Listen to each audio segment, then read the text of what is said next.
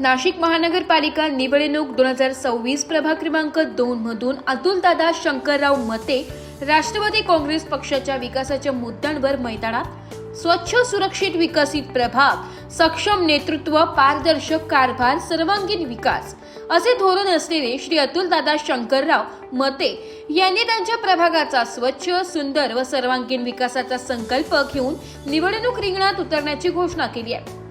श्री अतुलदादा शंकरराव मते यांनी अनेक वर्षांपासून नागरिकांच्या मूलभूत समस्या सोडवण्यावर भर दिलाय।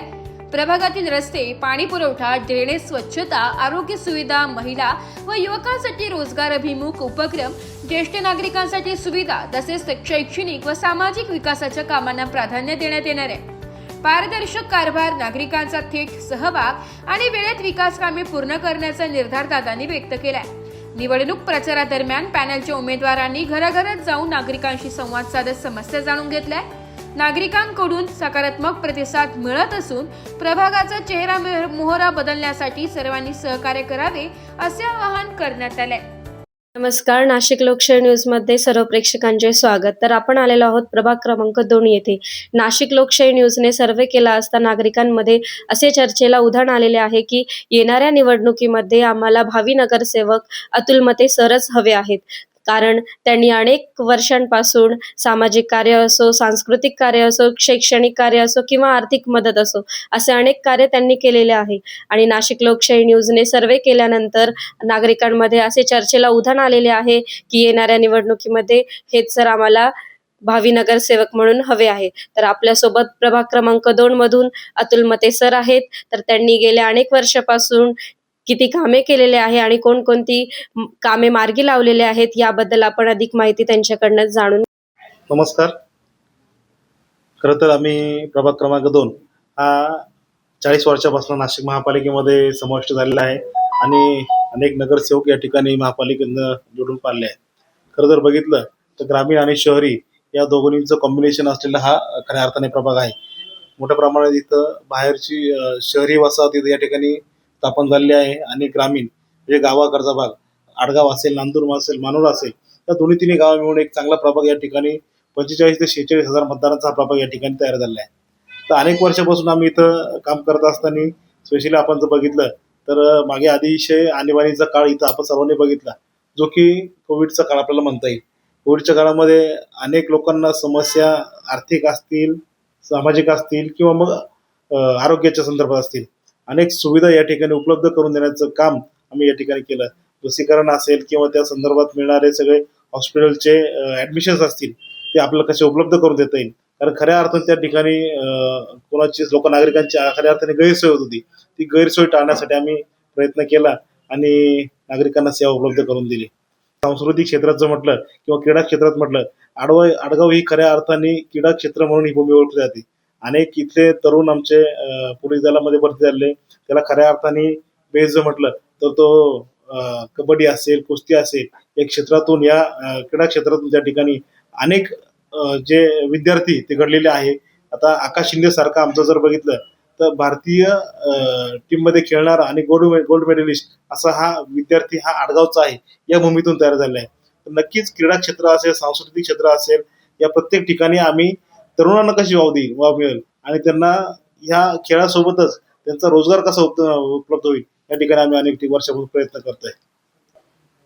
नक्की सरांनी सांगितल्याप्रमाणे त्यांनी अनेक कार्य पार पडलेली आहे। तर आपण सरांकडनं जाणून घेऊया की इथून मागे जे कामं अडकलेली आहे व तुम्ही नागरिकांना जे आश्वासन दिलेली आहे तर ते तुम्ही कशा प्रकारे पूर्ण करणार आहे आणि तुमचे ध्येय धोरण काय असणार आहेत। नक्कीच आता जेव्हा आम्ही प्रभागात फिरतोय, प्रचार दौरा करतोय, त्या प्रचार दौऱ्यामध्ये अनेक समस्या प्रकर्षाने समोर येत आहेत। त्याच्यामध्ये जर आज बघितलं ती सगळ्यात महत्त्वाची मळे वस्ती असेल, शहरी भाग असेल, कॉलनी रोड्स असतील, इथं सगळ्यात मोठी समस्या रस्त्यांची झालेली आहे। आज अनेक वर्षांपासून रस्त्यावरती डांबर सुद्धा पडलेलं नाही। गेल्या काही वर्षापासून प्रशासक आहे, त्याच्या आधी पण काही पक्षाची सत्ता होती, नगरसेवक होते, प्रतिनिधी होते, पण कोणत्याही प्रकारचे कामं या ठिकाणी आपल्याला झाले दिसत नाही। तर आमचं जेव्हा प्रचारात जातोय तेव्हा लोकांचं खऱ्या अर्थाने लाईट, पाणी, रस्ते हे प्रॉब्लेम खऱ्या अर्थाने प्रकर्षाने जाणवत आहेत। निवडून आल्यानंतर पहिल्या खऱ्या अर्थाने आम्ही इथं रस्त्यांचे जे प्रॉब्लेम आहे, जिथपर्यंत प्रभाग गाडी जाते तिथपर्यंत रस्ता बनवण्याचं काम, तिथं कॉन्क्रीट रस्ते असतील, डांबरीकरण असेल, जिथं खडीकरणाची गरज आहे, हे सर्व रस्ते आम्ही करण्याचं लोकांना कमिटमेंट करत आहोत। त्याचनंतर लाईटीचे प्रश्न आहे. आज स्ट्रीट लाईट अनेक ठिकाणी बसवल्या गेल्या, पण अनेक वर्षापासून या स्ट्रीट लाईट बंद आहे. त्यातून खूप मोठी गैरसोय इथं ज्येष्ठ नागरिक असतील, महिला असतील त्यांची होती. तसंच आता प्रभागात आपण फिरलं तर प्रचंड पाण्याच्या अडचणी या ठिकाणी आपल्याला बघायला मिळतील. कारण ज्या अनेक वर्षांपूर्वी 40 वर्षापूर्वी 30 वर्षापूर्वी ज्या पाण्याच्या लाईन चालल्या त्या बदलल्या गेलेल्या नाहीत. लोकवस्ती ज्या प्रमाणात वाढली त्या प्रमाणात पाण्याच्या टाकीचं प्रमाण असेल, पाण्याचा जो प्रवाह असेल तो वाढवलेला नाही. त्याच्यामुळे नक्कीच आमचा प्रयत्न असतील की जुन्या ज्या लाईन्स आहेत त्या बदलून इथं मोठ्या लाईन्स टाकायच्या आणि लोकांना जिथपर्यंत वस्ती आहे तिथपर्यंत पाणी देण्याचा आमचा प्रयत्न आहे. तर जनसेवा हीच ईश्वर सेवा असे मानणारे अतुल सर आपल्या सोबत आहेत. त्यांनी कोणतेही पद नसताना अनेक कामे मार्गी लावलेली आहे आणि इथून पुढे देखील ते असेच कामं पूर्ण करणार आहेत आणि प्रभाग क्रमांक 2चा सर्वांगीण विकास राहिल्याशिवाय राहणार नाही. तर आपण बघू शकतो की त्यांनी अनेक कामे केलेली आहे आणि नागरिकांमध्ये देखील चर्चेला उधाण आलेले आहे. जे काही 30 ते 40 वर्षापासून खंडित राहिलेले कामे होते ते नक्कीच पूर्णपणे मार्गी लावतील आणि स्थानिक स्वराज्य संस्थेच्या निवडणुकीमध्ये यशस्वी होतील, यात काही शंका नाही. तसेच नाशिक लोकशाही न्यूजला माहिती दिल्याबद्दल सरांचे धन्यवाद. तर आपण आलेलो आहोत प्रभाग क्रमांक 2 मध्ये आणि आपल्या सोबत आहेत ज्येष्ठ नागरिक जे अनेक वर्षापासून इथे स्थायिक आहेत. तर आपण त्यांच्याकडनं त्यांच्या समस्येचे निराकरण कसे होईल हे जाणून घेऊया. मग तिकडं नगरसेवक आलता, आपल्याला चांगलंच पाहिजे. फक्त या लाईटीचं मस्त करायला पाहिजे, या बहिरातून लाईटी टाकायला पाहिजे, एक खांब अडचण येते असं नळाचं याचं त्याचं समजा करायला पाहिजे त्यांनी बा. असं आम्हाला दुसरं काही नाही पाहिजे. अपेक्षा आता आम्ही म्हातारा झाले पण पोराची अपेक्षा आहे ना पुढं. मुलांसाठी काय काय मग सुविधा मुलांसाठी पाहिजे? काहीतरी करायला पाहिजे बा असं. नगरसेवक कसा हवाय? चांगला हवाय आम्हाला. सर्व केलं पाहिजे नगरसेवक. कोणकोणती कामे बाकी आहे इथली? सर्व काम बाकी आहेत. काय काय? भरपूर आहे रस्त्यांची कामं, अजून हायस्कूल शाळेक रस्ता, लहान मुलांसाठी अंगणवाडी. अंगणवाडी पाहिजे. इकडं म्हणजे कसं आहे, म्हाताऱ्या क्वाताऱ्या राहत्या त्यांच्या अंगावर डाग असले समजा तर म्हाताऱ्या क्वाताऱ्या कशा असल्या असे नवतरने पोरं घेऊन पळात्या. काही बी म्हाताऱ्याला काही घेऊन जाता येत नाही, असं बा कुठं बसता येत नाही उठ्यासाठी. सौर कोणतरी बा असं शिकेल ना बाबा. तारा आहे ना जमिनीतून पाहिजे. हा कोण म्हणते मस्ती जास्त पण आमच्या घराला धोके वाईकच आहे नाही बाई. पावर करंट उतारला काय झालं, लहान लेकर खेळायचे आमच्यावाले. नातू पण तू ना ते बागारके माते मग खांब काढायला पाहिजे ना त्यांनी. लगेच म्हणत्या काढू काढू. आता इकडं पुले झाला समजा झालं तरी काढून नाही राहिले, ते काय करायचं सांगा. तर आपल्या सोबत काही नागरिक आहे जे अनेक वर्षापासून इथेच राहत आलेले आहेत. तर आपण त्यांच्याकडनं अधिक माहिती जाणून घेऊया. तुम्हाला कसा नगरसेवक हवाय?